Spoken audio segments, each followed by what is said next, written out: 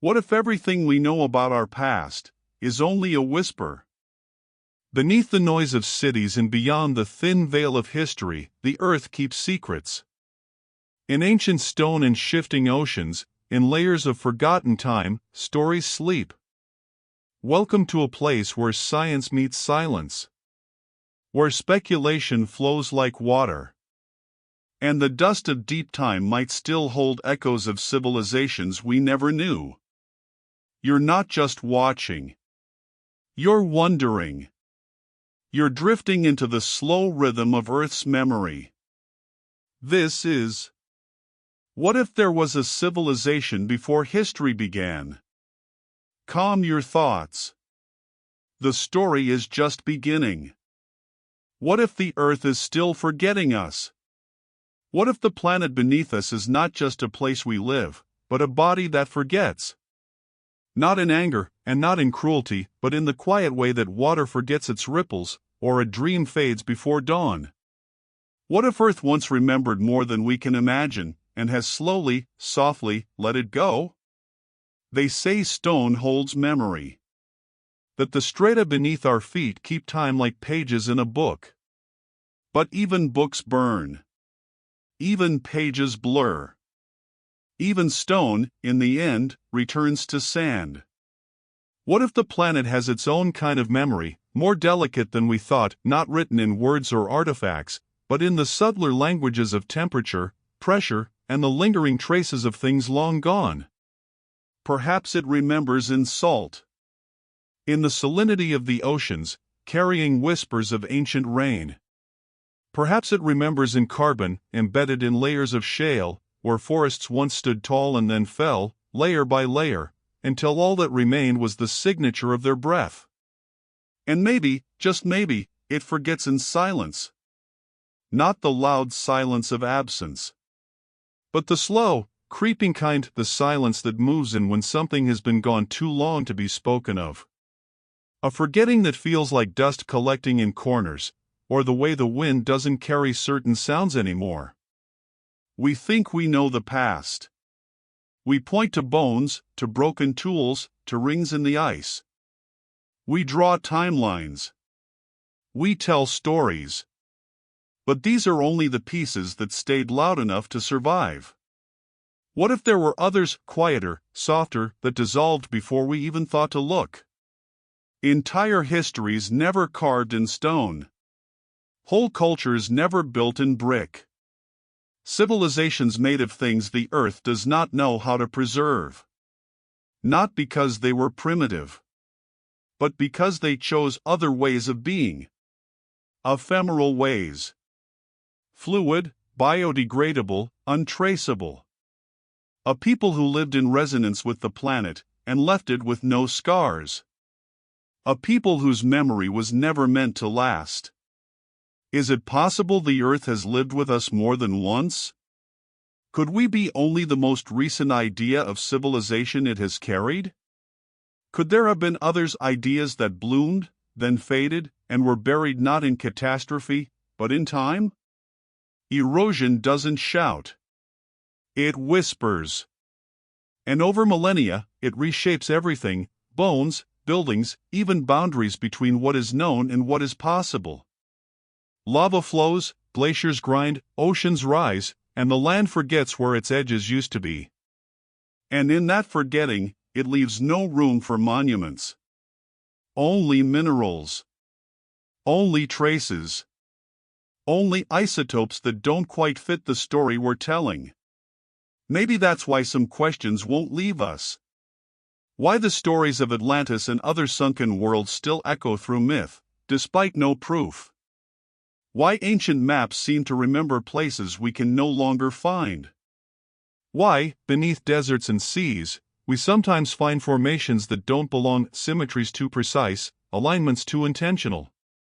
We dismiss them as coincidence. But what if they're not? What if the Earth is trying to forget, and we are trying to remember? The challenge is that forgetting looks so much like nature. Ruins become ridges. Structures dissolve into stone. Metal oxidizes into soil. Time smooths all edges until nothing remains sharp enough to question. And in this forgetting, meaning itself dissolves. Words fade first. Then stories.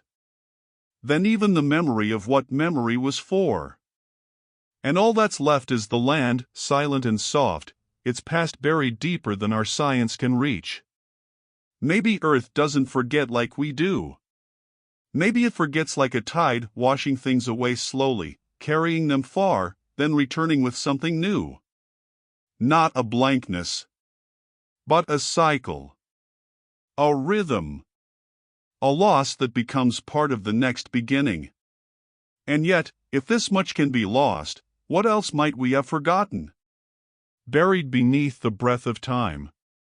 The past does not rest beneath us in stillness. It breathes, just slowly, deeply, under sediment and stone, under glacial patience and volcanic silence. What we call the past is not gone. It is only hidden, buried beneath the breath of time. Every inch beneath our feet is a story softened by the weight of years. Soil once sang with the footsteps of lives now unnamed. Mud once swallowed the tears of those who stood before the sea. And deep within the crust, beneath the polished fossils we've come to expect, lie anomalies. Shapes. Alignments. Textures that resist easy explanation. But time does not favor the delicate. It compresses. It compacts. It forgets. The deeper we dig, the less clear our story becomes. We lose languages. We lose structure. We lose even the logic of chronology. Plates shift. Layers invert. Mountains rise from seabeds, and continents swallow their own coasts. Is it possible that we've already dug through memories we didn't know to recognize? That we've crushed relics too soft to leave a mark, too old to match our patterns? There are places where the earth folds in on itself, subduction zones, where entire slabs of crust slide downward into the mantle. In those trenches, the past is consumed. Nothing survives the heat, the pressure, the descent into planetary memory loss. How many cities were swallowed this way? How many ages folded quietly into stone? We date the earth by what stays. The bones. The shells. The charred remains. But what of the things that lived in fiber and sound?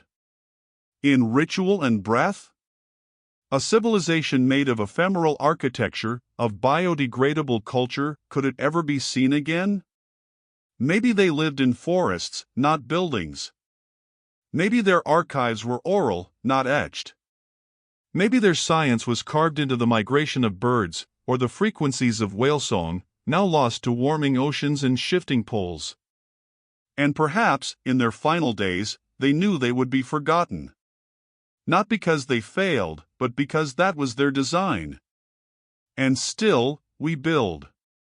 We etch our names into satellites, we bury data in ice, we hoard our knowledge in metal and code. Yet even now, even with all our ambition, we are being buried again, beneath dust, beneath plastic, beneath the slow breath of time. What we forget to ask is, how long before the earth forgets us, too?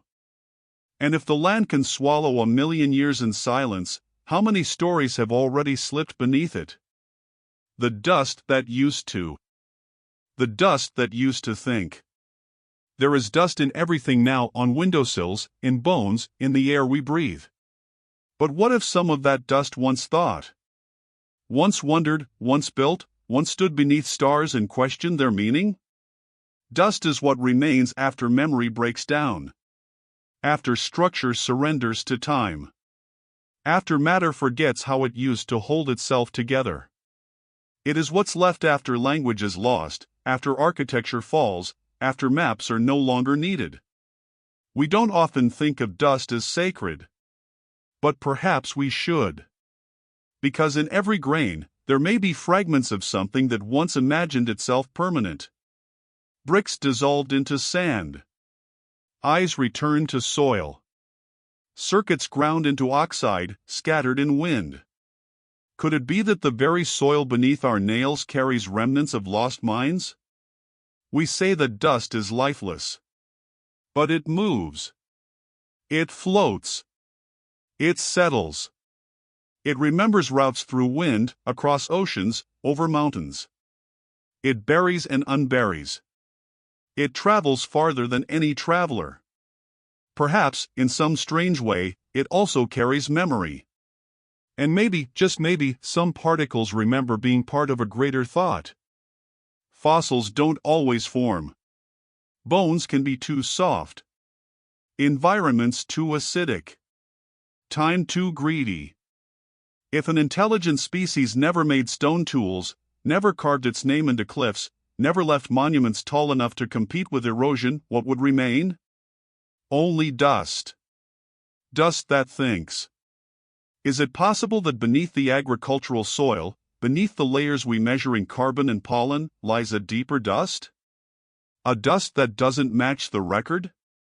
A dust that holds the echo of a world we never named? And if we picked it up, if we held it in our hands, would we know? Or would it slip through our fingers, like every forgotten civilization before it? Silence in the sediment. We dig for truth in layers, sediment upon sediment, story upon story. But the silence between layers often speaks loudest. For every fossilized shell, there are a million that dissolved without a trace. For every preserved footprint, countless steps were lost to rain. Sediment records only what lingers. But not all memory lingers.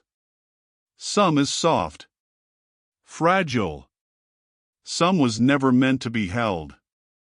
It existed for its moment, a ceremony, a sound, a structure of wind and thread, and then faded. Like breath. Like mist. These are the silences in the strata. The missing chapters. The pages skipped because the ink ran clear. Geologists speak of unconformities, breaks in the rock record. Gaps in time. Missing layers that should be there, but aren't. Sometimes entire epochs are absent. As if the earth blinked. Or exhaled. Or swallowed a memory whole. What if, in those absences, something extraordinary lived? What if a civilization bloomed in one of those missing intervals, between flood and famine, between glaciation and fire, and left behind only silence? The sediment does not mourn. It simply continues. Layer after layer. Time becomes texture. Absence becomes normal. But we, who live only a blink of that time, still feel the hunger to know. To fill in the silences with meaning. And yet, what if those silences are part of the story? What if forgetting is not a flaw, but a feature? What if some things vanish not because they were erased, but because they chose to speak in a language time doesn't translate? Memory erodes differently than stone. Stone wears down slowly. It breaks under pressure. It crumbles in wind. But memory dissolves without sound. It fades in softness. It disappears not in rupture, but in quiet. We see the jagged edges of mountains and think, endurance. But the memories those mountains once held may be long gone. Not because the rock forgot, but because we no longer know how to listen. Some memories are not in fossils. They are in gradients. In shifts in oxygen. In slight changes in isotope ratios. In patterns so subtle that only the patient eye of time can see them. These are not the memories of shape, but of transformation. Entropy does not erase with violence. It does so gently, rearranging, redistributing, softening. Meaning becomes disorder. Then, eventually, background noise. A once complex civilization could become a slight discoloration in quartz. A faint imbalance in ancient gases. A statistical anomaly too small to believe. And still, we search. But the kind of forgetting Earth does is not cruel. It's natural. a function of its breath, its movement, its warmth. It forgets not because it wants to, but because remembering forever is not what it was made to do. And we, small and temporary, walk on stone and wonder who else did. We dig and scan and measure. We try to read the language of erosion. But maybe memory lives not in what remains, but in what we notice missing. And if memory erodes this gently, how many stories have already slipped past? The civilization that became soil. We imagine lost civilizations as stone pillars crumbling, monuments shattered. But what if one never carved in stone at all? What if it planted itself instead, growing not upward into towers, but downward into roots, leaf, and breath? What if an entire civilization chose to live lightly woven into the forest, growing its homes from living tissue, writing its history into petals and bark, singing only into wind and water? Would we even recognize it, now that it has vanished? If a city fell quietly into the soil, not by fire, not by war, but by design, it would not leave behind ruins. It would become the land itself. Its homes would compost. Its pathways would dissolve. Its knowledge would decompose into nourishment, becoming part of the next growth, the next season, the next wave of life. Perhaps we have already walked upon such a place. Perhaps the field where you once stood, quiet and warm beneath the sun, once echoed with a language not spoken in any tongue, just gesture, light, pollen. A language too fragile for stone, too fluid for fossil. Would we know? Could we sense the residue of meaning in the soil's chemistry? In the strange alignment of roots, in the odd richness of a meadow's growth? Science tells us soil remembers. In carbon isotopes. In trapped gases. In microbial structure. But even these memories fade. Even they reach a point where signal becomes noise. Where story becomes substrate. Maybe we are looking for the wrong kind of legacy. Maybe some civilizations chose to vanish gently, like breath returning to sky, like leaves falling not from weakness, but from wisdom. And if that wisdom became the soil we walk on, how much of it is already under our feet? Where the maps cannot reach. There are places maps will not go. Not because.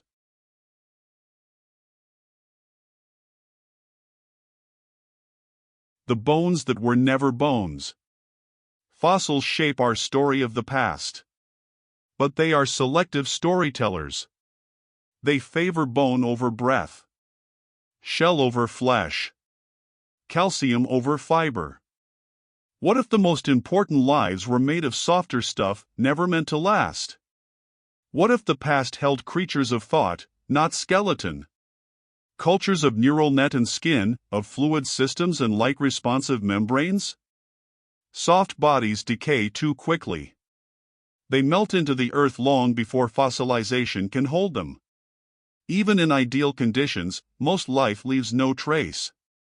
What we know is a fraction. A fluke. So what have we already missed? An intelligent life form built without bone would vanish almost entirely. No skulls. No teeth. No tools carved from stone. Perhaps they farmed in silence. Perhaps they dreamed in ultraviolet. Perhaps their voices were vibrations we could no longer detect. We would not find their graveyards. We would not decode their dwellings. We might find nothing except subtle patterns in sediment. Unusual alignments in trace elements. A layer of clay slightly richer in phosphates than expected. And we would pass it by. Not because it means nothing, but because we don't yet know how to see it. Fossils give us comfort. But they do not tell us the whole truth. And if bones are only one kind of memory, what else is gone without ever being seen? Entropy wrote the ending first. In the end, all things fall apart. Not because they failed, but because that is the way of the universe. Entropy writes every story backward. The moment something begins, it starts moving toward its end.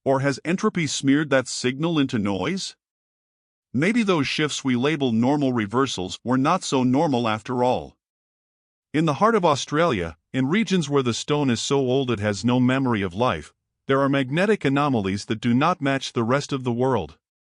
Not errors. Not faults. Just outliers. Places where the compass spins gently off course, as though listening to an older beat.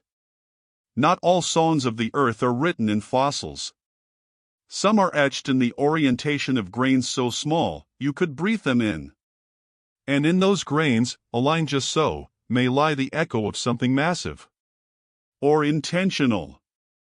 We cannot say. And that's the trouble with memory. Even when it's recorded, it's not always understood. But still we search. Still we read the rocks like pages of a long-buried diary. We tilt our instruments, we map anomalies, and we wonder, are these patterns born of chaos? Or of intelligence? And if a mind once walked here, not our own, not even human, could it have tampered with the magnetosphere? Could it have redirected the sky itself? The thought is strange. But not impossible. For Earth's shield has failed before. And every time it faltered, life trembled. Perhaps that was just chance. Perhaps not. In the end, the stones say nothing. But they keep pointing, quietly, faithfully, toward something. Toward a place that no longer exists. And we, like children with compasses, follow. Into the next question, soft as breath. If the planet can forget its own magnetic past, what else has it lost track of? The drowned signal. There are places beneath the oceans where silence is heavy. Not the silence of peace, but of pressure, of memory buried under miles of water in time. Beneath the Mariana Trench, beneath the silted cradles of forgotten seas, Earth keeps secrets. Not all of them natural. Sound travels differently underwater. It lingers. It curves. It reflects off ridges and folds in ways that confuse even our finest machines. And yet even through the static of whale song and the clatter of shifting plates, some signals persist. Strange ones. Repeating. Geometric. Ancient. In the late 20th century, a series of unexplained sounds were recorded deep in the Pacific. Low rumbles, almost rhythmic. Vast pulses with no known origin. We gave them names, the bloop, Julia, upsweep. We laughed. Maybe it was ice. Maybe it was whales. Maybe it was nothing. But what if it was not nothing? What if the ocean, the great keeper of fallen time, was humming back to us? Or worse, what if it wasn't humming to us, but to something else? We know now that sound is the last sense to fade. In darkness, in blindness, in death, sound is the last thread to snap. What if a message was sent long ago, not meant for human ears? A frequency too deep for us to hear, but too precise to be natural? In certain trenches, there are formations on the seafloor that seem shaped. Long rows of evenly spaced ridges. Tessellated patterns etched in basalt, aligned not with geography but with geometry. And around them, strange magnetic signatures. As if something once powered these places. Not machines as we know them. Not wires and gears. But perhaps fields. Vibrations. Interference. Could an ancient civilization, long before us, have used the ocean as a conduit? Not to broadcast outward, but downward? Into the earth itself? Our planet is not solid. It hums with resonance. A single deep enough tone can echo across continents, bounce through the mantle, return changed. So what if the earth once carried information like a drum, like a bell, waiting for someone to listen? We've detected odd repeating patterns in sonar data, patterns too ordered to be geological. But whenever we try to trace them, they fade. As if hiding. or moving. Once, a team of researchers detected a frequency that seemed to shift in sync with the moon's position, as if the ocean was responding. Or perhaps the ocean was remembering. The trench is old. Far older than any civilization we've found. And yet we find materials there, glass that formed under no volcanic pressure, metals fused in impossible ratios, cubes and pillars that resist naming. Artifacts? Or illusions? The sea plays tricks. But not all of them are lies. We know this much: civilizations rise and fall on land. But the sea absorbs. No fire can reach it. No wind can erase what lies so deep. And so, if anything ever tried to endure, truly endure, it would do so beneath the waves. Not in cities, but in patterns, in pulses, in echoes that never truly stop. And maybe, just maybe, something did try. Maybe something once spoke into the crust, using pressure and rhythm as language. And we'd slow and deaf to that scale, simply labeled it noise. But it's not noise. It's a memory trapped in water. A call too ancient to identify, but too persistent to ignore. And if we follow it, if we decode even one piece of that underwater. Fossils made of smoke. Most civilizations leave behind stone. But some, perhaps, leave only heat. When something burns hot enough, it doesn't crumble, it vanishes. High-entropy remnants don't fossilize. They don't preserve. They evaporate into equilibrium. What if an ancient civilization didn't fall into ruin, but into fire? There are layers in the rock record where soot lies thicker than logic allows. Thin black bands. Carbon-rich, global, sudden. We blame comets, volcanoes, lightning storms. But what if, once, something burned not just forests, but itself? A civilization whose final act was ignition. Self-extinction. Not in war, but in reaction. A great burning not of rage, but of return. Fossils made of smoke don't linger. They rise. They dissipate. They stain the air, not the earth. And yet, even smoke leaves a signature. Isotope anomalies in the Greenland ice. Microscopic spheres of fused sand in Australia. A pattern of ash in lake beds, identical across continents. All from a time when no humans had fire. Could this be the signature of a vanished fire keeper? A culture so advanced it left no ruins, only air. A memory so complete it consumed its own bones. We search for artifacts. But maybe the past does not want to be touched. Maybe it asks to be inhaled. If we could read the soot, what would it say? What lesson blows in the carbon of silence? Some things do not die. They disperse. And what disperses, still lingers. The hollow map. There are maps older than writing. Etched in bone. Scratched into cave walls. But some maps are not made to guide. They are made to forget. In a Siberian cave, researchers found a tablet not of language, but of pressure. Indentations not made by chisel, but by resonance. As if something heavy hummed against it for centuries. It matched no known pattern. No calendar. No constellation. But when placed against a certain type of basalt, it vibrated. A hollow map. Designed not to be seen, but sensed. Could this have been a navigation system, not for the surface, but for beneath? A civilization that tunneled, not upwards but inward. That fled the chaos of surface life, storms, tides, meteors, and sought memory in the crust. There are legends of vast underworlds. Agartha. Shambhala. Cities inside the earth.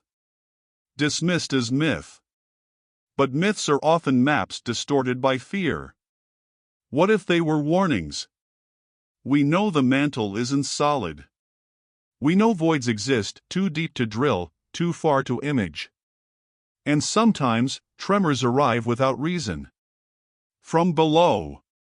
Not tectonic. Not volcanic. But rhythmic. What if someone once charted the hollows? And left behind instruments to find them again? A map made not of ink, but of resonance. A language of vibration only readable when touched by the right stone, in the right silence. If you listen long enough to the earth, you hear more than grinding plates. You hear breath. You hear architecture. You hear memory. The library of bone. Every creature is a record. Every bone a page. And some bones speak across millions of years. Fossils are the Earth's autobiography. But what if some pages were written intentionally? In caves across Morocco and Turkey, there are remains of animals, extinct species, found arranged. Not scattered by predators, not aligned by water. Arranged. In spirals. In grids. Sometimes in groups too wide for ritual. Too precise for chance. These are not altars. They are libraries. Not of books. But of life. Imagine a civilization that did not carve its story into stone, but bred it into bodies. Domesticated species, altered subtly over generations to carry information. Patterns in horn growth. Colorations timed to lunar cycles. Sequences in molar ridges that mirror star charts. A biological archive. No paper.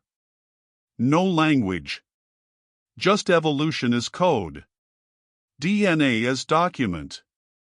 Modern geneticists find anomalies in the tree of life, branches that appear suddenly, then vanish. What if these were engineered species, created not for food or labor, but for memory? Not machines, but living books.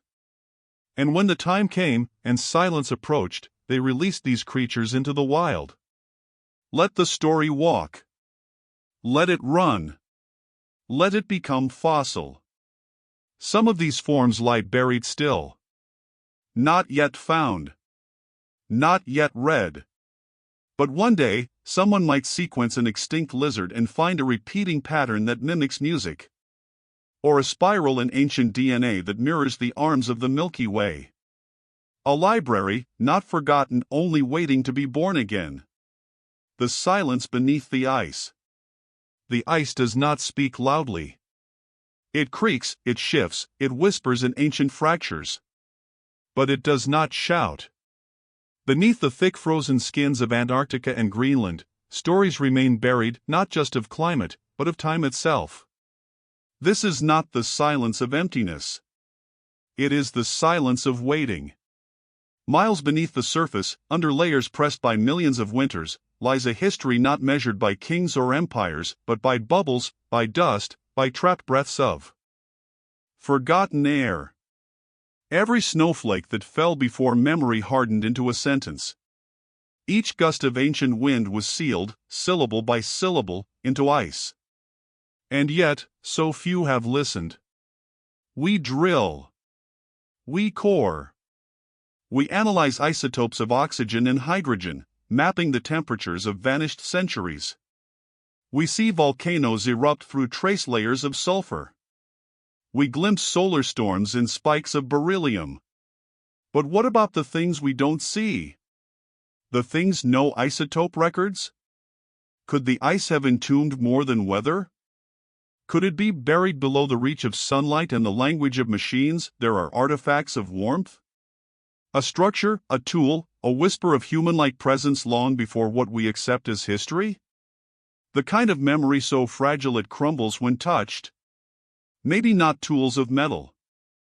Metal would have corroded, or worse, never been made. But what if they built with materials we can't yet name? What if they were not like us, not Homo sapiens, but another branch, quiet, observant, retreating into the cold as the planet warmed? And what if they wrote nothing down? What if their language was the wind across stone, or light against crystal, or the simple arrangement of ice itself? We've always assumed that knowledge builds in a line, stone to bronze, bronze to steel, steel to silicon. But perhaps that is only our way. Perhaps others rose along different paths. Paths that melted. The ice keeps no calendar. But it has memory. A memory that can only be read in riddles. And even now, it is thinning. Bleeding. Crying into the oceans with a quiet urgency. And when it's gone, what else will we forget? Maybe the earth never needed to erase them. Maybe the earth simply waited for the climate to change, as it always does. Maybe time itself is the forgetting. And if the ice was once a vault, what happens when the vault breaks open? Deserts that once dreamed of rain. Sand dunes look like waves that forgot how to move. They curl, collapse, stretch out like sleeping giants. But they are not still. Wind shapes them. Sun scalds them. And far below, the land remembers water. Deserts were not always dry. Beneath the Sahara lies the ghost of a green world, a place of rivers, lakes, forests. We find cave paintings of giraffes and crocodiles where now there is only heat and dust.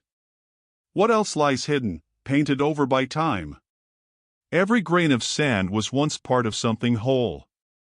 A mountain, perhaps. Or a coral reef. Or a city wall, now weathered to near invisibility.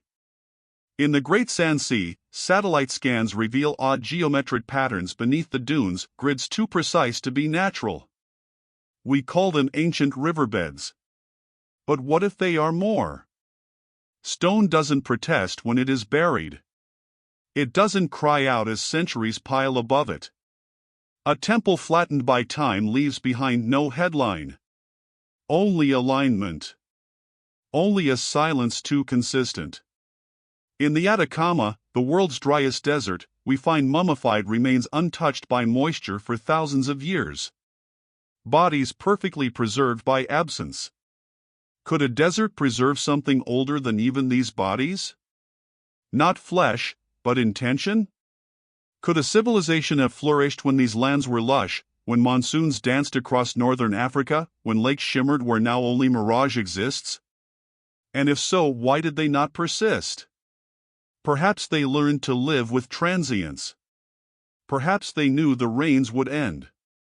Perhaps they chose not to fight the desert, but to let it swallow them like a cradle. A soft burial. A conscious return. We look for stone because we build with stone. But if they built with wood, or bone, or even earth itself, then the wind took their homes long ago. Still, we find patterns. Spirals in rock. Lines that stretch across nowhere. Stories carved with no alphabet, only intention. And we ask, as we always do, was this natural? Or was this someone? And still we wonder, if so much can vanish in the sand, what then lies forgotten beneath the ocean? The layers that swallow time. Beneath our feet, the earth folds in on itself like memory compressing into silence. Each layer of sediment, each tilt of the tectonic plane, is not merely rock but a record rewritten and blurred over eons. And yet, most of what was is gone. Not because it burned, but because it sank. Imagine a valley, ancient beyond language, once filled with forests, rivers, maybe even voices. Then a shift. A slow grinding of lithosphere against lithosphere. One plate slid under another, swallowing that entire landscape not in seconds, but in centuries. Subduction, the quiet ritual of the earth reclaiming her own past. The ocean floor is not still. It moves like breath. It grows at the ridges and dies at the trenches. A recycling system vast and endless, where crust is born glowing and new, then dragged downward into fire and pressure until all that's left of it is vapor and trace. How many histories vanished there? How many ancient coasts, cities, forests, forgotten not through fire, but through sinking? We often think time buries things. But the earth does more than bury. She absorbs. She melts. She folds one chapter into the next, not leaving bones or relics, only chemistry. A whisper in isotopes. A signature in zircon. Nothing with shape, but everything with meaning. And yet, the strange part is not just that these worlds disappear, but that they do so quietly. No catastrophe. No apocalypse. Only the gentle downward pull of gravity and pressure, the long migration into the mantle, until memory becomes magma. Until stone forgets it was ever sure. Could it be that entire civilizations, if they existed, might have been erased this way? Not through some violent fall, but through tectonic forgetting? We search the earth for signs of our beginning. But what if we're searching the wrong layers? What if everything we look for, fossils, tools, technofossils, are not buried in deserts or frozen in ice, but melted into the folds of oceanic crust now kilometers deep beneath us?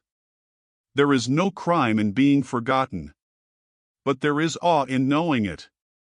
The rocks beneath us move with the patience of eternity. Subduction is not a death sentence, but a return to silence, to transformation, to beginning again as something unrecognizable. A coastline might one day become magma. A mountain might become atmosphere. A city, perhaps, could become nothing more than a slight chemical skew in basalt beneath a trench. And still, we wonder, how many cycles has the earth survived? How many layers has she worn like skins, shedding and absorbing, always transforming but never stopping? If we are only the latest story written upon her surface, then how many others were erased mid-sentence? Not by arrogance or disaster, but simply by time. And if that's true, then the deep oceanic trenches are not just voids. They are vaults. Silent, fire-lit vaults of memory too compressed for us to read. And still they fall. Still the crusts slide, century after century, line after line, returning what once was to the molten heart. And if the earth can forget this much, what else might she already be forgetting? The city beneath the ice. There are places on earth where nothing breathes. No wind. No rain. No visible motion. Just silence, pressed into crystals. Antarctica, the southern tomb. A continent wrapped in white veils and buried beneath a memory so deep, it hums with time. But what lies beneath the ice is more than frozen water. It is geology holding its breath. It is the quiet potential of discovery, locked in layers a mile deep. Underneath this frigid skin are mountains no one has climbed. Lakes that haven't touched the sky in millions of years. And maybe, if you let your imagination drift, the remains of a world not ours. In the 1990s, scientists drilled into Lake Vostok, a body of water sealed under 4 kilometers of ice. What they found were microbial hints of life, nothing large, nothing human, but still, life persisting in absolute darkness. And yet, even more haunting than what was found, is what still remains unfound. We assume that any ancient civilization must have left its traces in deserts or valleys or riverbeds. But time erodes the open. Ice, however, preserves. Not in comfort, but in stasis. If anything, had once lived beneath this land before the continent drifted to the pole, the ice would have buried it. Not maliciously. Just through time and motion. Once, Antarctica was lush, a green world of ferns, rivers, and reptilian giants. And before that? We don't know. The crust beneath Antarctica is an enigma. Seismic scans have revealed odd patterns, unexpected density changes, buried ridges, and shapes that challenge the smooth logic of geology. Are they just formations? Yes, perhaps. But what if they're not? A lost outpost of an earlier time. A city turned fossil. Not one of steel and concrete, but of something older, built from materials long vanished into decay. A culture whose ruins have been sculpted smooth by glacial pressure. So smooth, in fact, they now appear natural. The weight of Antarctic ice is unbearable, millions of gigatons pressing downward, flattening everything beneath. But weight doesn't always destroy. Sometimes it preserves in the strangest way, keeping things cold and untouched while the world above forgets they ever existed. We think the past is gone. But it may be sleeping. Maybe that's what Antarctica is, a dream, frozen. A museum without visitors. A graveyard without names. And as the climate warms, as cracks appear, as glaciers retreat and ancient lakes reveal their breath, maybe the Earth is offering us a glimpse. Not just of its natural past, but of a story buried too deep for history to remember. If something was once there, the ice would be the last to know. And the first to let it go. The equation of vanishing. Some disappearances happen slowly. Others are sudden. But the most permanent vanishings are those we never knew happened at all. Civilizations, if they fall quietly enough, may not leave behind ruins. They may not even leave behind stories. Just an absence. A puzzle with no known missing piece. We assume that time is linear, that advancement is upward, and that knowledge grows. But what if the truth is less proud?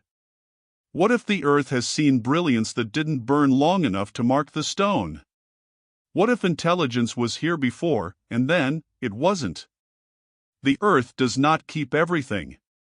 It recycles. It consumes. It reabsorbs its own skin. Even mountains rise and fall like breath. So what, then, of things more fragile than stone? Books, tools, thoughts? We call entropy a law, the tendency of all systems toward disorder. But for ancient intelligence, entropy is a predator.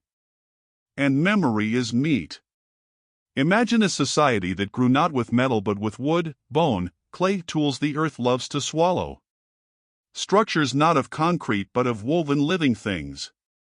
No technofossils. No silicon. No iron. Just gentle marks on a landscape that healed too well.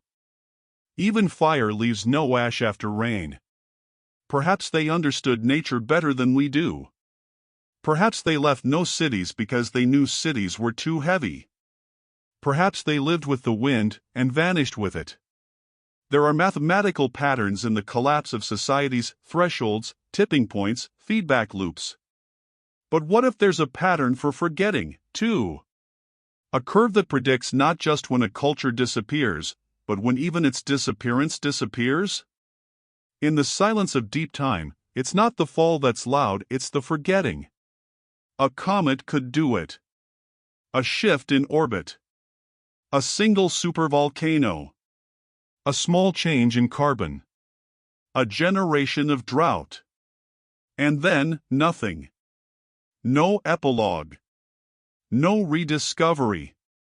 Just a layer in the ground that we call natural, because we have no language for artificial things that left no artifice. Science calls it null evidence. But absence is not always absence. Sometimes it's erasure. Sometimes it's erasure. We are used to monuments. But what if the greatest civilizations left no monuments because they saw them as arrogance? What if humility was their legacy? What if we are arrogant to think we are the first? The earth does not whisper. It erases with wind. It buries with mud. It forgets with precision. And we dig, not knowing what we're even looking for. Because maybe what we're looking for was never built to be found. Technofossils in the wrong epoch. When future geologists study us, they won't look at our monuments. They'll look at our landfills. Plastic. Steel. Aluminum. Radioactive isotopes. These are our technofossils, the geological shadows of human industry. But what if we're not the first to leave such shadows? Could there be earlier technofossils, too degraded to be recognized? Not like ours, not identical, but artifacts of intelligence, left to rot long before we knew how to see them? The problem is time. Time doesn't preserve evenly. We picture fossils as bones and stone. But fossilization is a lottery. Most things decay, most things vanish. Only a few become memory. What if an early intelligent species, perhaps millions of years ago, had a technology we'd never think to look for? Not combustion engines, but biosynthesis. Not microchips, but neural clay. Tools made from organics. Machines that composted. Civilizations that thought recycling was not a virtue, but a survival law. We wouldn't find them in deserts. We'd find them nowhere. Because the most advanced technology might not be the most durable, it might be the most temporary. And maybe that's the point. To exist, leave no mark. To build, but not scar. We find odd isotopic anomalies in ancient rock, shifts in carbon, oxygen, lead. Natural, we say. Volcanoes. Climate. Random fluctuations. But what if not? What if they are signatures, unintelligible to us because we're not thinking sideways enough? A change in the soil that lasted just a few centuries. A heat spike. An oxygen dip. Not proof. Just noise. Or rather, echoes. We call this idea the Silurian hypothesis, the possibility that an industrial civilization existed long before humans, and that its traces have been lost in geological churn. Not because it failed, but because it succeeded in disappearing. Perhaps it was brief. Perhaps it was long. Perhaps it wasn't even like us. The only reason we don't see them is because we don't know what to see. The deeper we go, the more silent the earth becomes. And maybe that silence is not emptiness. Maybe it's just a story we don't yet know how to read. The places erosion forgot. Erosion is the great thief of time. It wears away the cliffs, scrubs the stone, and melts monuments into sand. But it doesn't touch everything. There are places on Earth where geology forgets to move. Where the rain never reaches. Where the winds pass by like ghosts. And in these strange, still places, deserts, caves, salt beds, deep under sediment, something can wait. Not for decades. Not for centuries. But for eons. These are the places erosion forgot. In Egypt, deep under Saharan sands, entire cities still rest untouched. In Turkey, the underground city of Derinkuyu, a honeycomb of tunnels, slept hidden for thousands of years, until someone knocked on a cave wall too hard. And these are recent. Now imagine older places. Places from before us. Before names. Before memory. In Nevada, a cave once held sandals woven from sagebrush, preserved for 10,000 years. Not because they were built to last, but because nothing touched them. What else might lie in similar hollows, sealed in time's vacuum? A journal written on bark. A doll carved from bone. A flute made of glass, buried so deep it hums when the earth trembles. We speak of lost civilizations like they were grand. But not all greatness is scale. Some is silence. Some is survival. What if a civilization lived in such places, intentionally choosing the margins, not to escape, but to observe? Not a myth. Not Atlantis. But a society that knew erosion is louder than war, and so they hid. Their legacy would not be stone. It would be stillness. We look for answers in ruins. But sometimes, absence is a different kind of presence. And the places erosion forgot. might be remembering more than we know. Dreams written in lava. Volcanoes are storytellers. They write in molten ink. They speak in eruptions, then sleep for ages. But what if the lava held more than fire? What if it once touched cities? Across the earth lie layers of ancient lava flows, hardened, black, folded like dark pages. Iceland, India, Siberia, the Pacific Northwest. Each a chapter in Earth's volcanic diary. Some flows are massive. The Deccan Traps of India stretch for hundreds of thousands of square kilometers, a flood basalt event from 66 million years ago. A time when the air burned. When dinosaurs gasped. And maybe, when something else perished too. If an early civilization stood there, what would be left? Not walls. Not metal. But outlines. Shadows burned into the base rock. Faint shifts in mineral layers. A hole where nothing natural should be.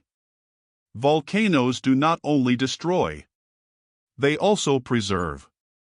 Pompeii showed us that an entire city frozen in ash, faces still visible. But the deeper the eruption, the hotter the silence. What if, under basalt, there is a world we've never reached? Maybe the dreams of a people, their language, art, music, were swallowed by fire. Not lost. Just sealed. Someday, someone might core into those layers, crack open a chamber, and find, not ruins, but echoes. Patterns too regular to be natural. Microscopic alignments. A rhythm in the crystal structure. A message written in lava. Unreadable. But undeniable. The earth does not just bury. Sometimes it entombs. And in that still molten tomb, the dreams of a forgotten world may still glow, quiet, waiting, warm. The shape of silence beneath the crust. Beneath our feet, under every field and forest in concrete sprawl, lies a silence too deep for sound. A stillness that folds and buckles, that rumbles not with noise but with memory. The earth's crust, brittle in places, plastic in others, is not just a platform, it is a palimpsest. A layered record of motions too slow for any single lifetime, but certain as breath. Rocks remember by shape. A bend, a fault, a twist, they all whisper something ancient. They speak of mountains that once rose into the sky and then slumped away under their own weight. Of ocean floors crushed like forgotten letters, folded into the roots of continents. Of collisions between continents, unhurried and inevitable, that erased whole worlds of coastline, forest, and breath. And still, beneath all that, silence. Not empty, not absent, but resting. There is power in the pause, in the layers of stone that once held sunlight and seed, now compressed into memory. Could a civilization have been crushed here too? Ground into the architecture of plate tectonics? If we search deeply enough, would we find not just fossils, but footprints made of pressure and heat? No monument is immune to the weight of time. Even stone temples crumble when thrust into the deep, into the hot, muttering dark of the upper mantle. And yet, could it be that some angles remain? That some geometry once etched by minds might have survived, misshapen and buried, in folds of gneiss and schist? We drill for oil and water. We dig for or in memory. But we never dig for the forgotten. Because we do not yet know how to listen for them. What if the earth is not silent after all? What if it's only muffled, like a sleeping giant, speaking in stone? And still, we walk across it, barefoot in the grass or heavy in our cities, unaware that the ground beneath us has already devoured centuries, perhaps civilizations. And waits, patient still, for us too. And so we begin to wonder, what if silence has a shape? And what if that shape was once alive? Ashes in the rain. Rain falls, soft and indifferent. It touches everything with the same intimacy, mountain, meadow, ruin. In its descent, it carries the memory of sky, but also the taste of ash.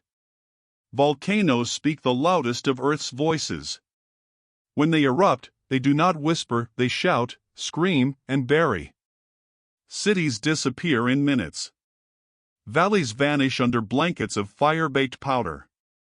The ash, fine and choking, moves like a ghost across continents, laying a veil over memory. We've seen this. We've recorded it. Pompeii frozen mid-breath. The eruption of Tambora painting sunsets blood-red for years. But what of eruptions older than our myths? What of firestorms that no human eye recorded? Somewhere in deep strata lie layers of ash, chemically distinct, strangely patterned, full of particles that shimmer not like mineral, but like something once manufactured. The language of buried rivers. They were never silent. The rivers. They murmured through time. Through stone, through sediment. Through bones not yet fossilized. But time is forgetful. It folds rivers into rock. Twists deltas into deserts. Turns the softest silt into the hardest secrets. Beneath our feet, there are rivers that once roared. They ran through forests long gone, past the shadows of creatures never named, etching stories into Earth's crust.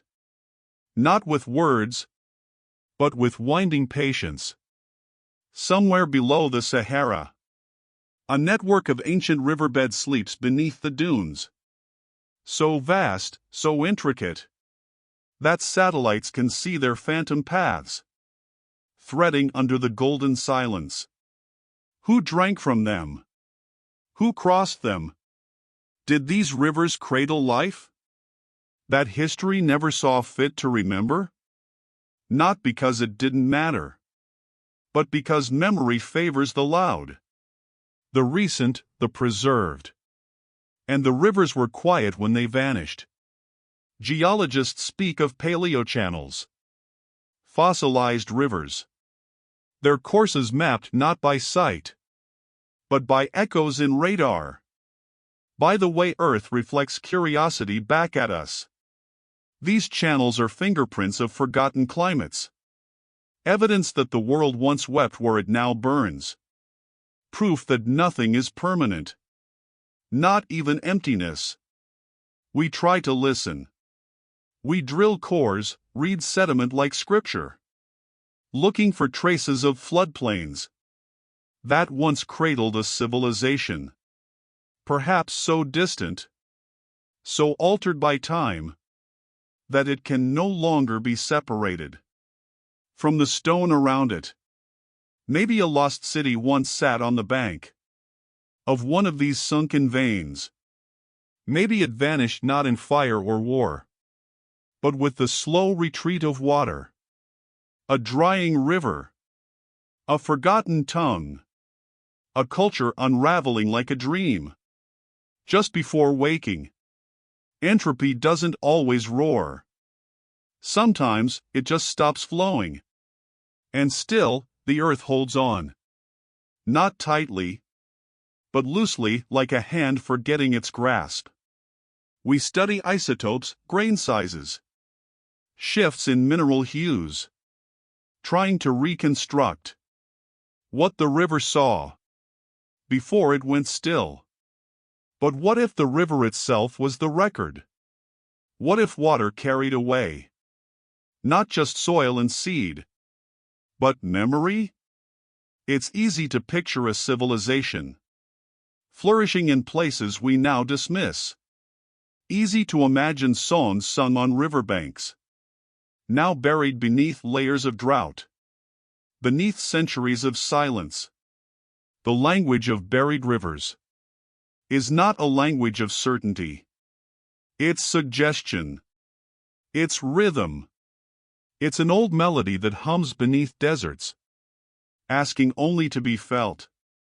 And yet, if rivers can vanish without leaving a trace above, how many more lie beneath our assumptions? How many whispers are left in the sand, waiting for someone quiet enough to hear them? How many histories drowned, Not in water, but in forgetting? And if the earth hides even its rivers from us, what else has it learned to bury? Cities that drowned in dust. We always imagine them sinking into water. The lost cities. Atlantis swallowed by the sea. Palaces shimmering beneath the waves. But some cities don't drown in oceans. Some are buried in dust. Wind doesn't announce its plans. It arrives soft, like a whisper turned sideways. Then over years, decades, it buries empires. The earth has not only erased through flood, but through the absence of water. A creeping drought. A desert wind. Somewhere, beneath the sands of Turkmenistan, lie the bones of Gonur Tepe, an ancient metropolis, swallowed not by tides, but by time and dust. Civilizations vanished, not with drama, but with silence. No final battle, no fire, just the slow retreat of the river, the steady encroachment of dust, and a people who faded from the records. What if their knowledge faded too?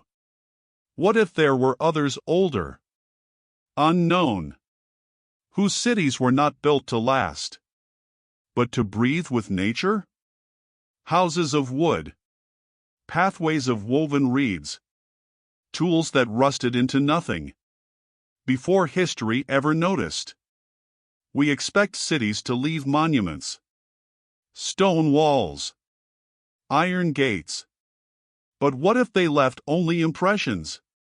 A pattern in the soil, an odd arrangement of pollen grains, a forgotten garden, where no garden should grow. Archaeologists dig for answers. But what about the places no one thinks to dig? What if a city once stood in a forest that has since moved 1,000 kilometers away? What if wind shifted the evidence just far enough to confuse our instruments? And when we do find something, a shard, a char mark, a floor where no floor belongs, we wonder aloud, was this a home? Was this a hearth? Or just nature playing tricks on us again? Dust doesn't forget entirely. It preserves what it can, but only if the conditions are kind. A perfect burial, a lack of moisture, no worms to chew through memory. Some cities become museums beneath the earth. Others become rumors. There is something humbling in the idea that an entire civilization could vanish so thoroughly that its disappearance becomes indistinguishable from never having existed at all. And yet, something lingers, a layer of compacted soil that doesn't match the layers above or below.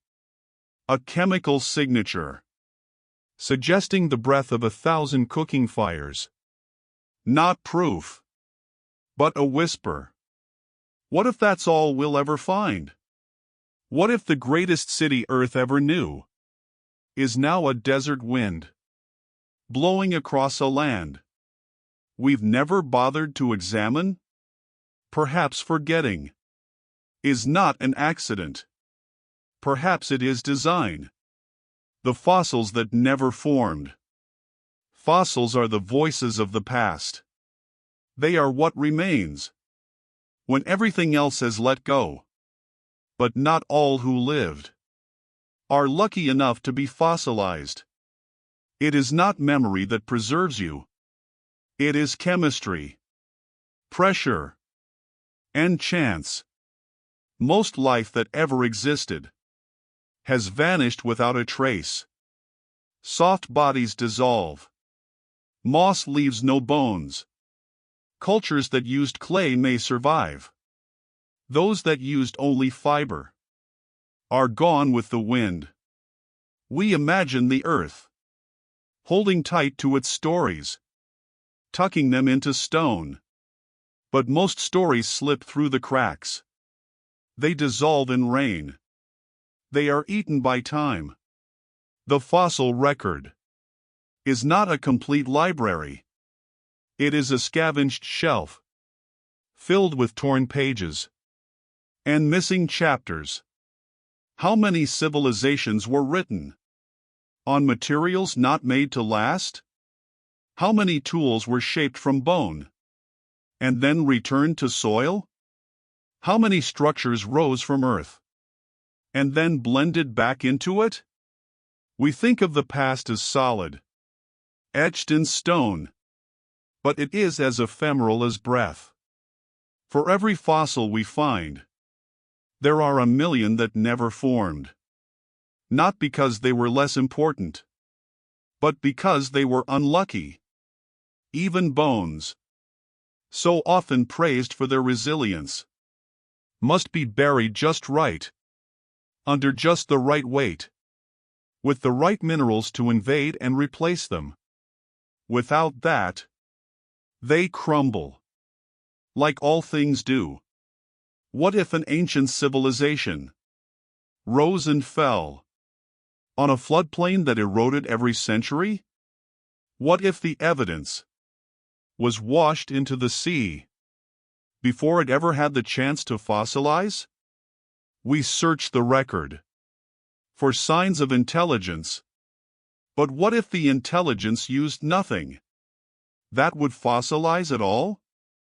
Wooden machines, animal hide writings, shell tools, footprints that baked dry in the sun and then blew away. Their knowledge may have been vast, their culture complex, but their memory was not made of stone. Entropy shows no mercy. It takes the unarmored first. So we must ask, are we seeing the past? Or only what the past allowed us to find? The fossils that never formed may tell the truest stories of all. But they speak in absence. They speak in silence. The stratigraphy of silence. Layer upon layer. Earth builds its memory. Sediment settles. Ash falls. Erosion peels. But even these natural acts stack in sequence. This is stratigraphy, the art of reading time. By reading the Earth's layers, each stratum is a page, each mineral shift, a punctuation. We read history like a novel, but sometimes there are missing pages, not ripped out, but never written.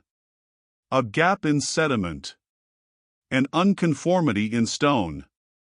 The Earth forgets in layers too. There are moments in deep time where nothing was recorded, either because nothing happened or because the evidence did not survive. Volcanic eruptions can cover centuries of growth. Glacial floods can scour valleys clean, as if no life had ever stepped there.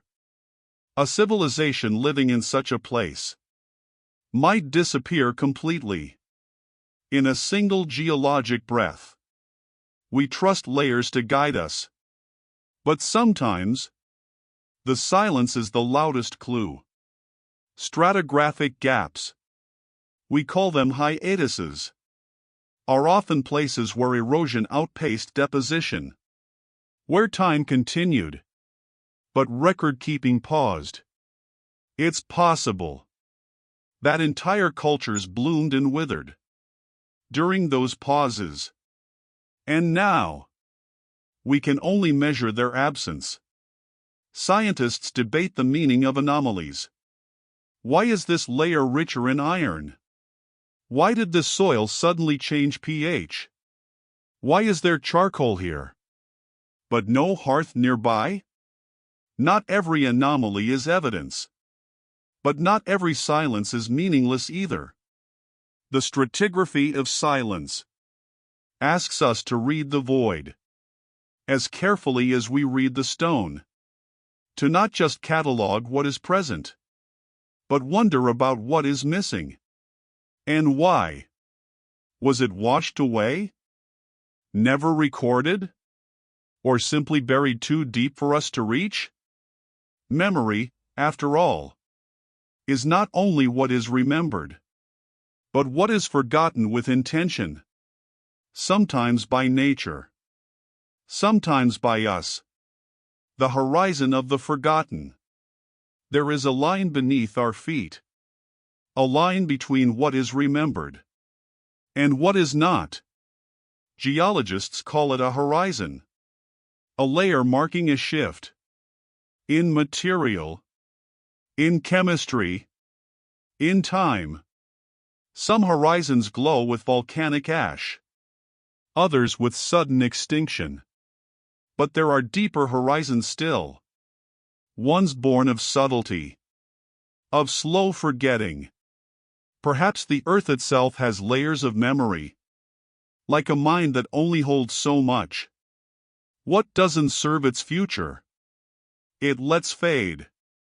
And so, we arrive at the question: is forgetting a flaw of the earth? Or its wisdom? In the deep crust, beyond the reach of our drills, might lie entire epics of erased brilliance, minds that came before, eyes that mapped stars we haven't yet named, songs sung in languages the earth chose not to keep. We always look forward, toward the stars, toward tomorrow. But what if our greatest mystery is not in the sky, but beneath our feet? This is the horizon of the forgotten. It is not marked by color or stone, but by doubt, by wonder, by an ache that perhaps we are not the first to feel wonder. The earth may be forgetting us too. Even now, even as we build higher and burn brighter. One day, our cities will be dust, our satellites silent, our monuments swallowed by tectonics and tide.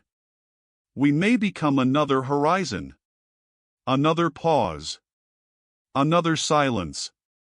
And someone, or something, may stand where we now stand and ask, what if they were never here? Or, what if we are only remembering them because the earth forgot too little? Because even in forgetting, something remains. Always. The rain that erased our names. The rain does not ask who we are. It falls gently, without question, without memory. It touches concrete and stone, skin and bone, metal and root, and never once stops to wonder what it's washing away. It doesn't hate, it doesn't mourn. It simply continues, drop after drop, a silent rhythm of forgetting. And over time, that rhythm becomes a force more powerful than fire, than war, than collapse. Imagine a name carved into soft stone. Maybe it was a tribute, maybe a warning, maybe a whisper from a time long before this one. A name once shouted into the air with pride, with ceremony. But now, there is only rain. And each droplet pulls a particle loose. One by one. A letter softened, a line blurred. A century passes. Then two. And the name is gone. We think of water as a giver of life, and it is, but it is also the world's most patient eraser. Rivers wear down mountains. Rain flattens cities left untended. Entire valleys fill with sediment until they forget their original shape. Memory does not fade in a flash, but in a drizzle, in a mist, in quiet days of gray skies and soft storms. Civilizations have lived and died under rain. Roofs rot, roads crack, temples crumble. And when the people leave, when the stories are no longer told, the water does the rest. In the ruins of forgotten cultures, you can sometimes feel the rain's long work. Moss-covered stones, sunken foundations, columns tilted under the weight of centuries of weather. These are not the ruins of war. These are the ruins of remembering undone. Somewhere beneath your feet, there are names that once meant everything to someone. Names chanted in ceremonies, whispered in prayers, signed on laws, etched in the skin of buildings. Now washed smooth by rain that never knew them. Forgotten not because they were unimportant, but because time is unkind to permanence. And yet, rain is not cruel. It is soft, slow, almost loving in its rhythm. It brings growth. It brings green. It makes things bloom and then it helps them return to the soil. It does not destroy to punish. It unbuilds to continue. And so perhaps the erasure is not loss. Perhaps it is transformation. Perhaps the rain doesn't erase names, it returns them to the silence they came from. In geology, the record is broken. Literally. Erosion carves away entire layers of the past. Whole epochs are missing, not because they never happened, but because they were washed away. The Cambrian rains. The Devonian floods. The countless storms no one remembers because there was no one left to remember. Every missing layer is a chapter with pages torn out by weather. We do not read the full book of Earth. We read what the rain has allowed to remain. In deserts, the absence of rain becomes a preservation. Cities lost in sand remain etched and still. But in wet places, jungles, coastlines, floodplains, the forgetting happens faster. Trees reclaim stone. Water seeps into every crevice. Mold grows where stories once lived. In these places, human time is too short to fight the slow return of nature. And nature is not in a hurry. It always wins, not through strength, but through stillness. Have you ever seen writing worn from an old grave? The letters nearly gone. The dates invisible. Just the faint shape of meaning where once a life was summed in words. This is what time does. This is what rain does. It washes certainty into ambiguity. And ambiguity into silence. We archive everything now in clouds, in drives, in servers humming quietly in distant buildings. But even these are not immune. Water can find them. Fire can reach them. Decay is patient, and entropy has no favorite century. If not this year, then in 10,000. If not 10,000, then in 1,000,000. One day the storage will fail. One day the backups will fade. And the names, even ours, will dissolve. And when they do, the rain will keep falling. Maybe we were meant to be forgotten. Maybe memory was never ours to own. Maybe the only true memory is the earth itself, and even that memory chooses to let go. Not out of carelessness, but out of rhythm. Out of the need to make room for what's next. Because when a forest grows over a city, that's not erasure. That's succession. That's continuity. That's the cycle playing out. And when rain wipes clean the walls of an ancient home, maybe it's simply making space for something new to begin. The rain that erases our names might also be the rain that waters the next dream. And if the erasure is soft and slow and gentle, does it even matter that we're forgotten? Or is it possible that in being erased by rain, we become part of something larger, quieter, and more beautiful than permanence? And yet, if even names can be lost to water, what happens to the stories that were never carved at all? The silence beneath the soil. Beneath every step we take, there is a silence we never quite hear. It lies just under the roots, under the stone, beneath the hum of insects and the weight of centuries. It is not an empty silence, but a heavy one full of things once spoken, things once alive. A silence pressed into the layers of soil like breath held too long. It is the kind of silence that doesn't echo but absorbs. Soil is not just dirt. It is a memory made physical. Dead leaves, ancient pollen, ashes of long-gone fires. The bones of animals and people alike, ground slowly into dust. It holds carbon and clay, minerals and microbes, but also, somehow, it holds time. Not in minutes, not in dates, but in decay. What once stood above is now hidden below, transformed, compressed, scattered. Not because it was lost, but because that's what the earth does when no one's looking. It folds time under itself like a quilt growing thicker with each passing age. Civilizations crumble slowly, and the soil welcomes their ruins. Bricks return to clay. Wood becomes rot. Metal rusts to red veins in the earth. And all of it sinks. Erosion does not just wear away, it carries away. And the deeper you go, the older the whispers. But the whispers don't speak like we do. They murmur in isotope traces. In pressure. In layers. In strange black flecks left behind by long-cooled fires. The soil remembers without trying. But it remembers in silence. Sometimes, the silence beneath our feet gets broken. A shovel strikes something unexpected. A stone wall where none should be. A shard of ceramic with markings we no longer understand. But more often than not, the silence remains untouched. Miles of landscape have never been dug. Vast continents have never been peeled back. And so, the earth forgets by simply never revealing what it still holds. We live in a thin moment, atop a thick world. And the deeper we look, the blurrier the stories become. A layer of volcanic ash might hide a 1,000-year drought. A patch of charcoal might mark an entire vanished village. But without context, we only guess. And guesses are their own kind of forgetting. The soil is layered like memory, oldest at the bottom, newest at the top. But it is not perfect. Landslides mix the pages. Earthquakes fold the layers. Floods erase chapters altogether.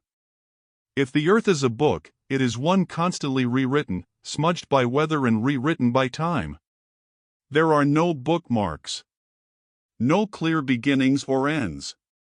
Just layers. Just silence. In some places, the silence is soft and loamy. In others, it is dense and heavy, like ancient peat that has soaked up millennia of fallen life. There are bones in bogs that still carry the marks of blades. There are seeds buried so deep they haven't seen light since mammoths walked. There are fossils flattened into nothing more than shadow impressions in stone, echoes without sound, silhouettes without names. And if we listen closely, we might wonder, what else is down there? What lies just 10 meters below us? 50? 100?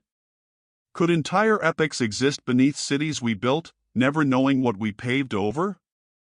Could stories of other people never recorded in our history lie waiting in a quiet grave of compressed time? It's not impossible. Because the earth doesn't sort its stories for us. It doesn't highlight the important ones. It simply buries everything, the sacred and the mundane, the remembered and the erased. And in doing so, it creates a silence deeper than words. A silence filled with potential, but wrapped in decay. We plant in that soil. We walk on it. We build on it. And yet we rarely think of it as something alive. Something old. Something that has held more lives than we could ever count. Soil is the great forgiver and the great concealer. It turns waste into bloom, body into dust, memory into minerals. It makes forgetting easy, and discovery hard. And perhaps that is its kindness. Not all things want to be remembered. Some things wish to sink. Some stories ache to be absorbed. And so, the earth listens, quietly, completely, and never tells a soul. But we are curious. We dig.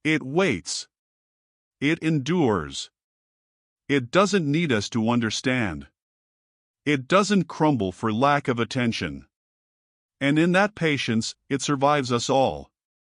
Somewhere, in a cave not yet discovered, there might be a message left in ochre and ash. Somewhere in a sedimentary fold, there could be a repeating pattern, not random, but deliberate. Somewhere in the labyrinth of faults and folds, a voice still presses outward, hoping, not to be heard, but simply not to be erased. The earth is full of voices we've never answered. Some carved. Some compressed. Some only imagined. But all of them speak, in their own way, of time, of presence, of loss. And if stone tried to speak once, who are we to ignore it? What if its silence is not a lack of language, but a different kind of truth? What if we've already heard the message, but forgot how to listen? The forgotten places that never were. There are places that no map remembers. Places no name was ever given. They sit in the folds of the world like soft breaths never taken, wrapped in soil, dusted in silence, resting quietly beneath forests, deserts, and oceans. These are not places that were lost. These are the places that were never quite found. Maybe you felt them. On the edge of a hill where the wind shifts strangely. In the hush of a valley that feels older than its trees. Along a coastline where the rocks seem arranged with almost too much care. We walk past them without knowing, brushing against their ancient outlines. The earth doesn't mark these places with signs. It lets them blur. It lets them vanish. And yet, something lingers. Not in structure, not in walls or ruins, but in pattern. In subtle changes beneath the surface. Soil compacted where nothing grows. A ring of darker stone too smooth to be natural. Is it memory? Is it accident? Or is it the residue of something that once stood there, long before we ever thought to build? In these forgotten places, geology becomes rumor. Erosion eats not just stone, but intention. Tectonic plates crush the past beneath them like slow, grinding forgetfulness. The wind does not preserve. The rain does not record. Over enough time, even mountains lose their shape. So what chance does a village have? A monument? A moment? There are no clear answers. Just whispers. Somewhere in South America, in a rainforest too thick for satellites to see through, there may still be traces of cities older than civilization. Not because we found them, but because we haven't yet. Somewhere beneath Antarctica's ice, there may be fossilized coastlines, signs that land once bore footprints, long before it froze into silence. Somewhere in the deep ocean, a structure too symmetrical to be random might sleep beneath a mile of sediment, mistaken for a rockfall. These are the places that never made it into memory. Not even myth. Not even story. They slipped between the layers of time without a sound. And in doing so, they became pure absence. Shadows of shadows. Their only witness, the earth itself. And earth is not a storyteller. It is an editor. A great eraser. It folds the old into the new. It replaces the past with pressure, heat, time. It doesn't remember to remember. It simply moves on.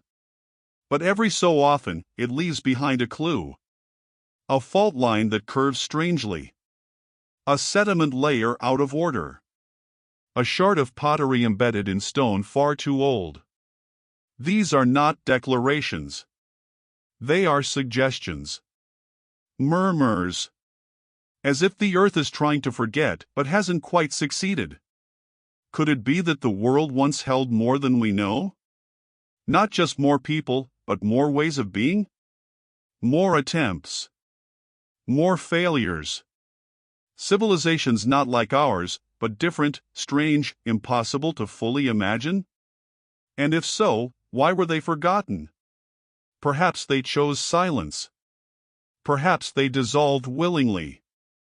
Or perhaps they were lost in fire, in flood, in some soft catastrophe that didn't shout, but simply erased. Maybe they never even called themselves civilizations. Maybe we are the only ones who do that. The idea that something existed but left no trace, it unnerves us. Because we believe that to be real is to be remembered. That to matter is to endure. But the earth disagrees. It lets even the grandest things fall quietly back into itself. And so we live on a surface built upon layers of loss. We walk over stories that slipped between the cracks of time. We sleep above cities we'll never see. We grow food in soil once touched by forgotten hands. Sometimes, I wonder, are there places where the earth dreams of what it erased? Does a mountain remember the village it buried? Does the ocean recall the shape of vanished islands? Does the wind ever carry the scent of long-lost smoke? These are not questions for science, not exactly. They are questions for wonder. For curiosity. For listening. Because while the earth forgets loudly, through erosion, through quake and fire, it may also forget softly, through silence. And we might still be able to hear what remains. But only if we slow down. Only if we stop expecting ruins to rise up and announce themselves. Only if we begin to understand that some places are not empty, they are quiet. And so the forgotten places that never were may still be with us. Waiting. Memory beneath the basalt. And then, there is basalt. The hardened black skin of Earth's volcanic memory. Formed from ancient flows, cooled into time's deepest shelves. Beneath the surface, basalt carries something few rocks do, it keeps secrets sealed in heat.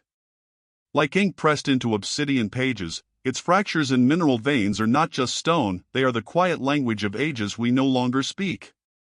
We see basalt now in cliffs and ocean crusts, in the dry lungs of old lava fields. But where it lies undisturbed, deep under layers of silt or buried beneath continents that drifted far from their origin, it becomes more than rock. It becomes archive. An archive not written by hands, but by pressure and eruption. It remembers not in words but in isotopes. Not in structure, but in chemistry. Within these hardened flows, trapped gases tell of atmospheres long vanished. Trace elements whisper of what rained from the sky eons ago. There are fragments of the sun's anger buried there, frozen storms of radiation, magnetic shifts caught like fingerprints in crystal alignments. These stones don't shout. They hum. And in their hum is the memory of a planet reshaping itself. Could a civilization vanish under basalt? Not by war or failure, but by fire? By molten silence rolling across their world, layer after layer, until their homes became outlines in the stone? It's hard to imagine, and yet not impossible. Because the earth forgets, not all at once, but in waves. And lava is one of its most final forms of forgetting. In Iceland, in India, in Siberia, ancient basalt flows stretch for hundreds of miles. The Deccan Traps, for example, are more than 60 million years old, vast fields of layered flood basalt, each one laid down in violent bursts. It's said they contributed to the extinction of the dinosaurs. But what else might they have covered? What else might they still be hiding? No human civilization could survive such fury. But what if there was a different kind of civilization? One we wouldn't recognize? Not of metal and cities, but of structures embedded in the landscape. What if their memories weren't stored in books, but in harmonics, stone formations, or even organic forms that left no bones?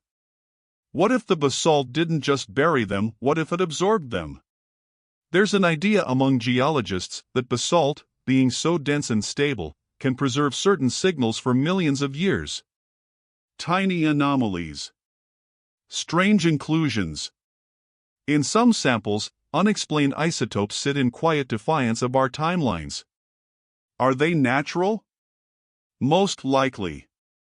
but the word most leaves the door slightly ajar. And sometimes, all wonder needs is a door left ajar.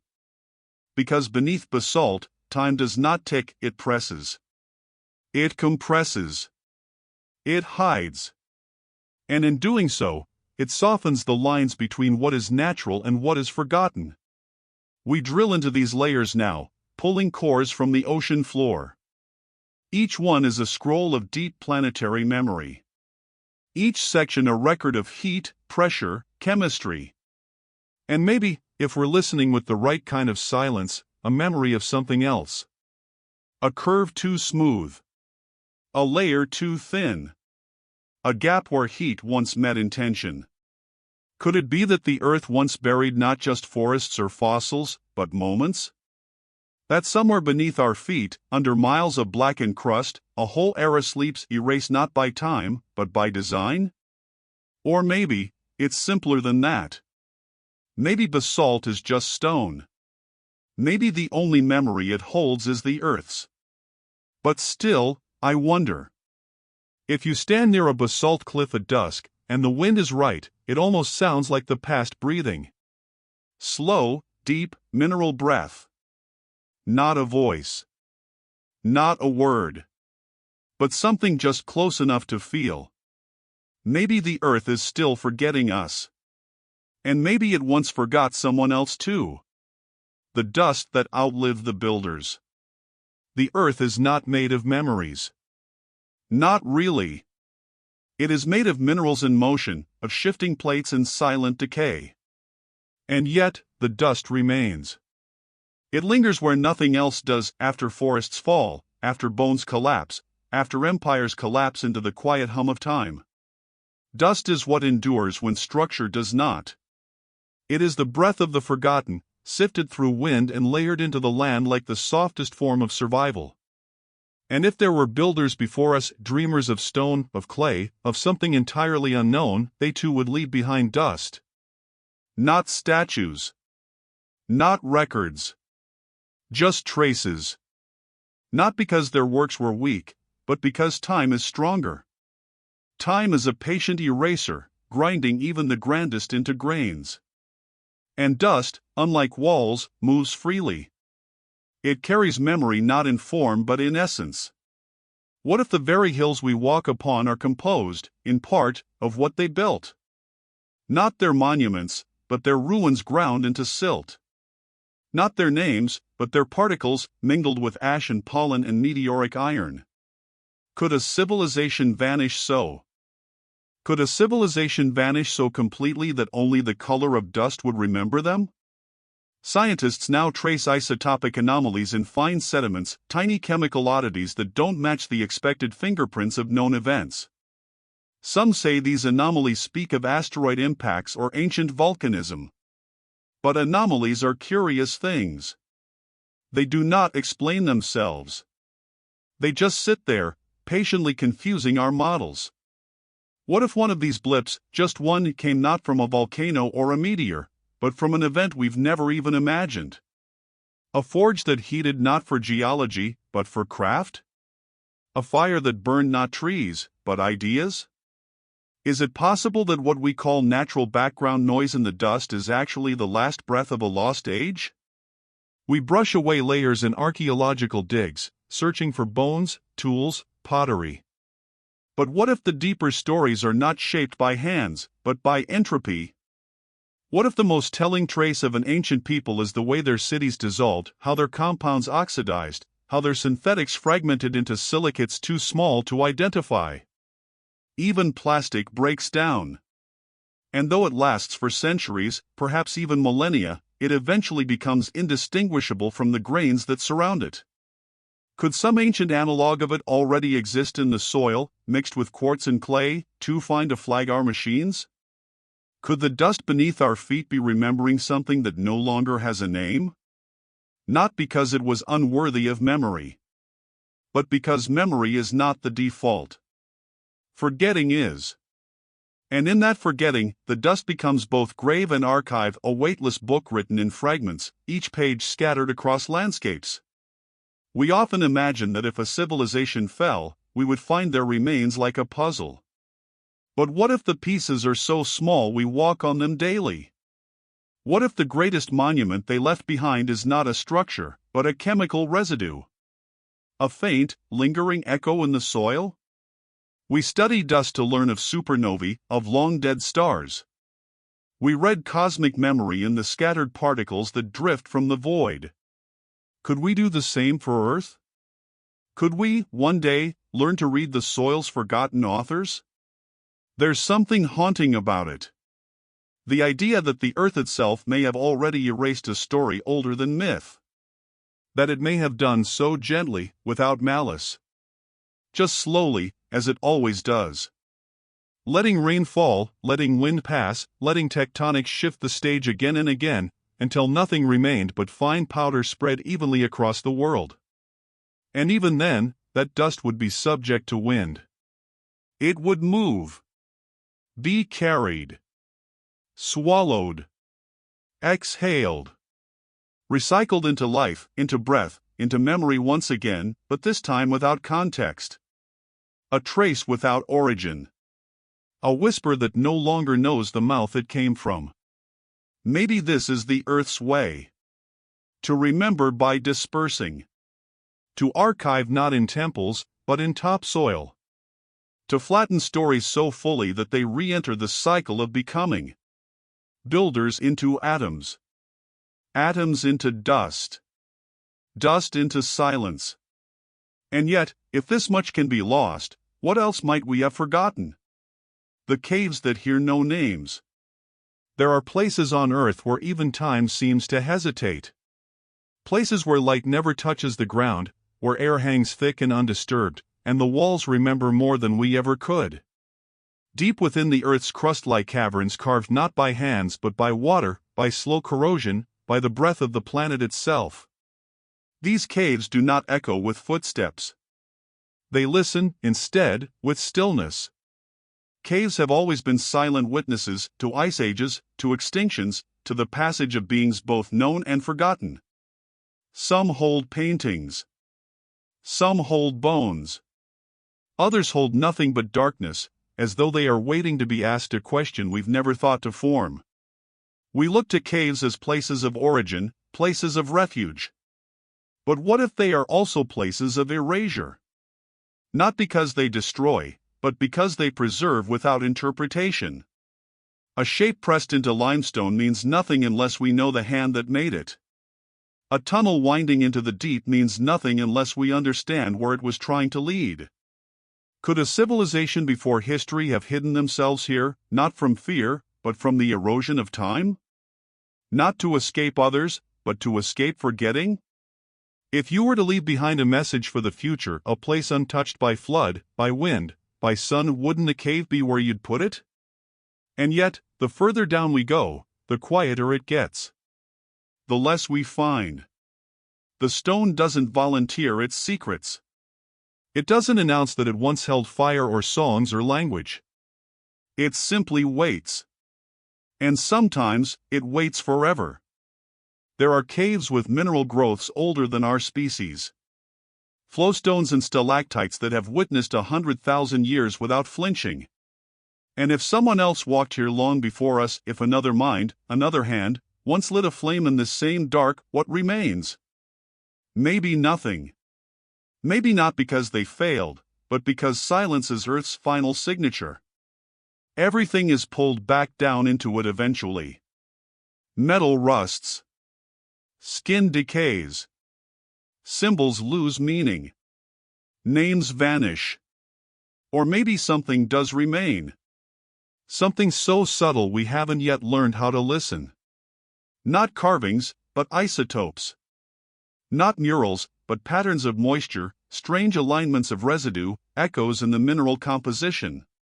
Could a civilization's only surviving voice be embedded not in their works, but in the ways the rocks around them changed? There are entire cave systems no human has yet mapped. Cavities too narrow to crawl through, too deep to drill into. We call them empty. But absence is not proof of nothing. It is only proof that we do not yet know how to see. And what about sound? The way noise moves in a cave, bouncing,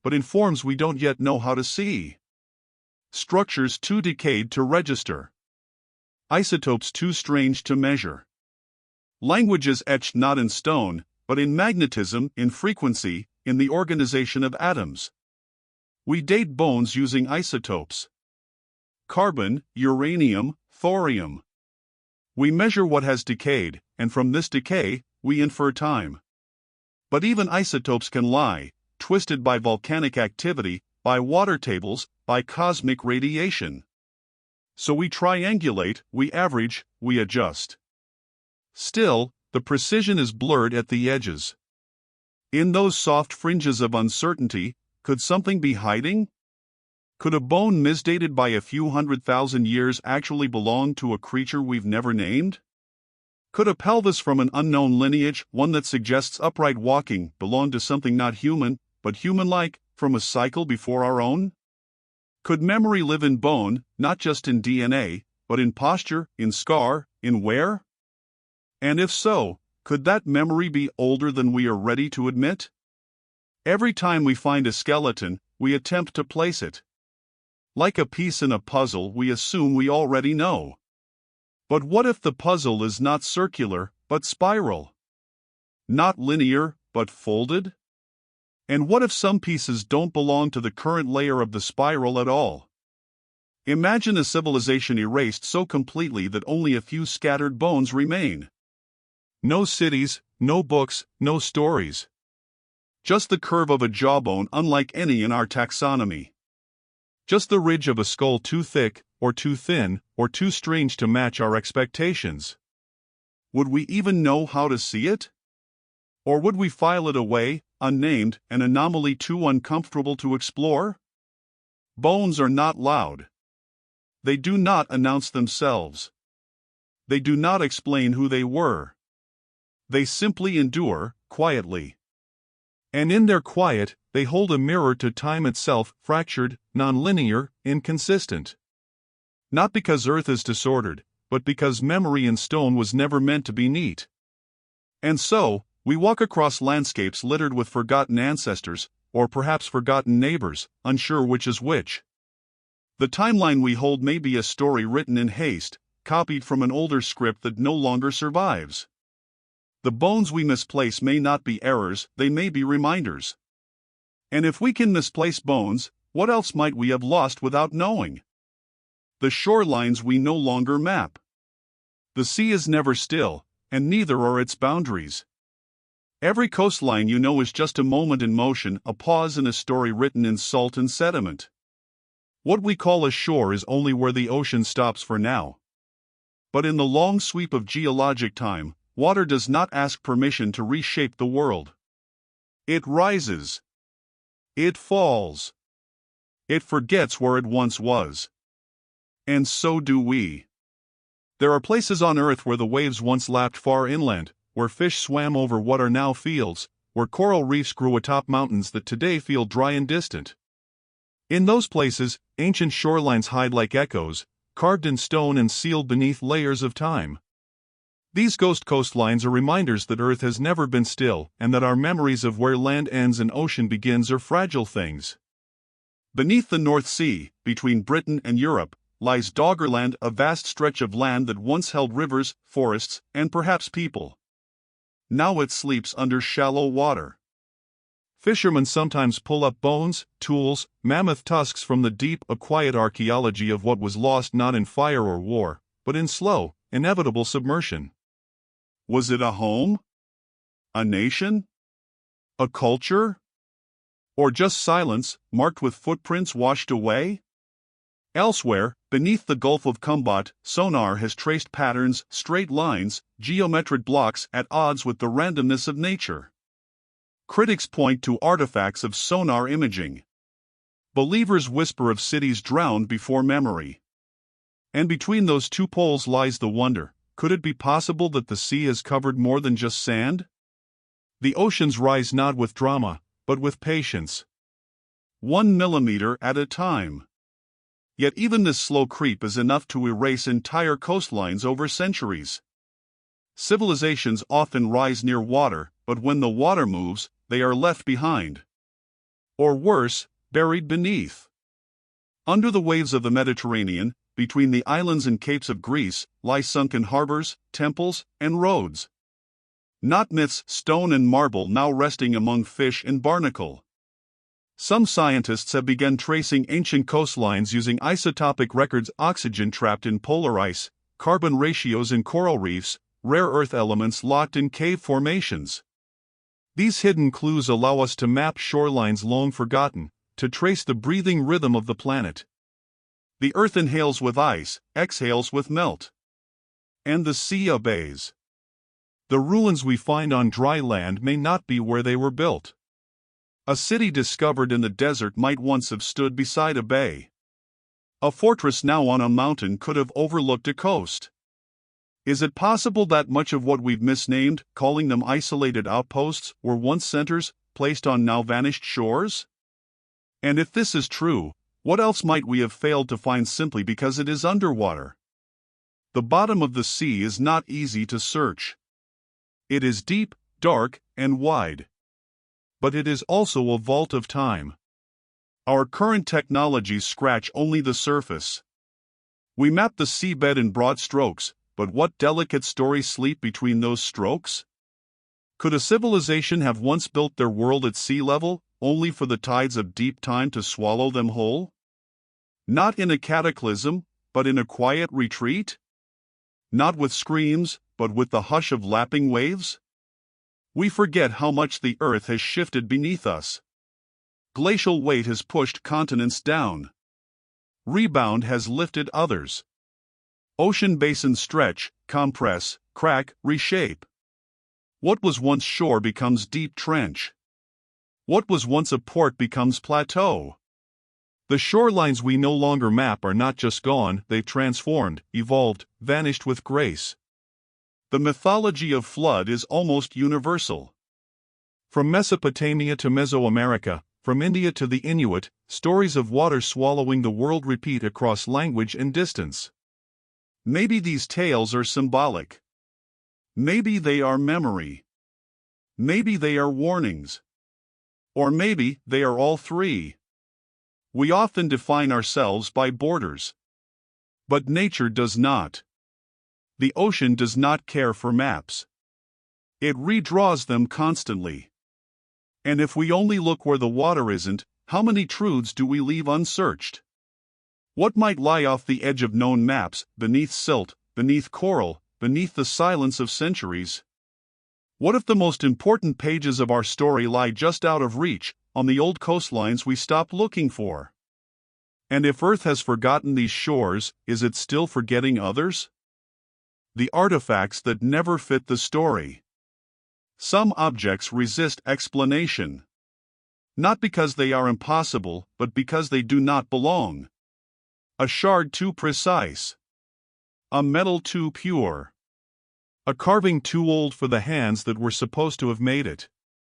These are the artifacts that sit like stones in the river of history, slowing the flow, disrupting the story we tell ourselves about time. In museums and storage rooms across the world, there are items marked out of context. Not because they are fictional, but because we do not yet know where to place them. Their origins are disputed, their dates uncertain, their presence awkward in the neat stairway of human progress. So we file them away. Not as hoaxes, but as puzzles with no image on the box. A hammer sealed in ancient rock. A sphere with grooves carved deep before there were tools to carve them.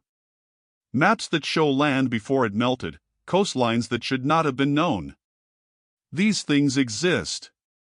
Not always provable, not always true, but real enough to raise questions we are afraid to answer. What if they are mistakes in the Earth's memory? Or our own? Sometimes, science calls them anomalies. That word, anomaly, it's polite, almost dismissive. But what it really means is, we don't understand. These fragments may be evidence of something we've forgotten, or something we've never known. Something older. Something stranger. Something that did not leave behind pyramids or walls, but instead only whispers in stone and metal. A spark plug inside a geode. A bone too modern found too deep. In isolation, each item could be a fluke, a misreading, a layer disturbed by roots or water. But taken together across continents, decades, and disciplines, they begin to hum with a curious rhythm. Not proof, but pattern. We like our timelines smooth. We like our past to be a straight line, from stone to bronze, from bronze to iron, from iron to steel. But the earth is not linear. It loops, it folds, it forgets. And maybe, so do we. Could a civilization have risen and fallen before the Holocene even began? Could it have worked in materials that leave no trace, built with wisdom now lost, vanished not with violence but with erosion? Maybe they understood entropy. Maybe they knew their legacy would dissolve. Maybe they didn't try to be remembered. And maybe, just maybe, some fragments resisted forgetting. Not because they were meant to endure, but because time held its breath around them. Consider Göbekli Tepe. Carvings of animals, stars, and myths, made by hands we thought were still nomadic. Thousands of years too early, it rewrites the moment when humans began to build meaning in stone. And yet, it lay buried, deliberately, for reasons unknown. As if hiding itself from memory. Or preserving itself for us. But why? There are places on this planet where tools have been found in rock layers older than the humans who were meant to have wielded them. There are coins where no coin should be, wires where no wires should run. Sometimes, they're proven false. But not always. And in the quiet not always, wonder grows. Could there have been another timeline? A chapter before this one?